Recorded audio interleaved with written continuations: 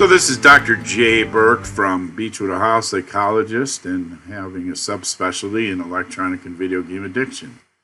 And I'd like to welcome you to this brief update that might be helpful to parents and professionals about electronic and video game addiction. New term out there, screenager, screenager, screenager.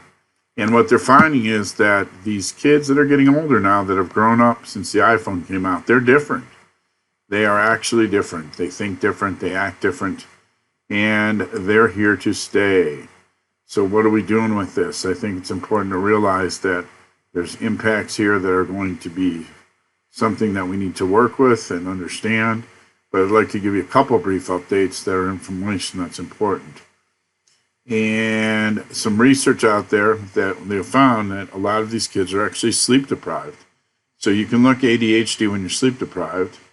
And that's important because parents need to set household rules for screen time, putting down devices and giving time to other parts of what children are supposed to be doing. But the parents also have to set down the devices too.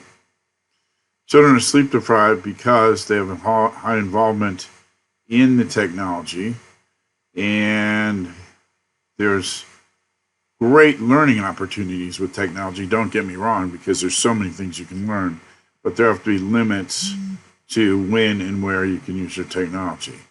So it's a problematic issue, but as well at the same time can be very helpful to kids for learning information that they might not have access to in other ways. So what can I tell you? So what we can say is that there's research out there that says that kids that are high involvement in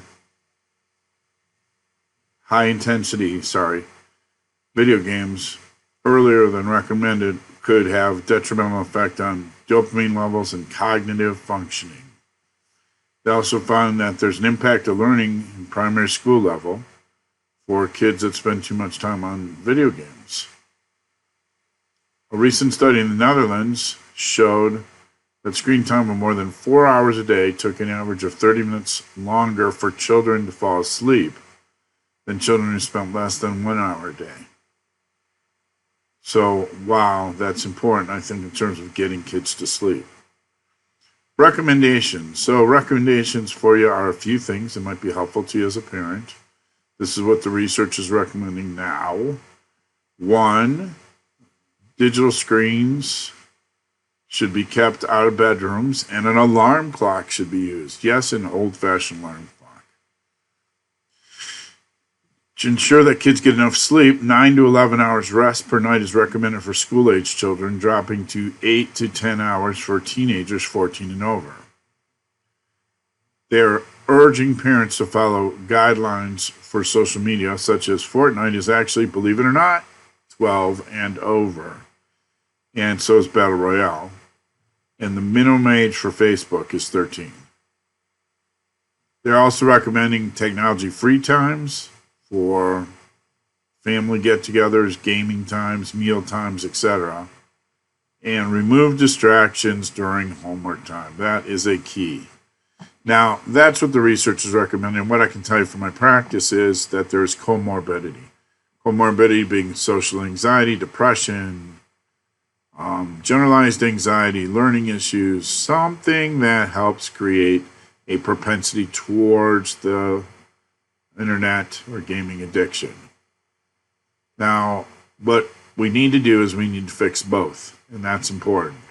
And so the program at my office is 3-part.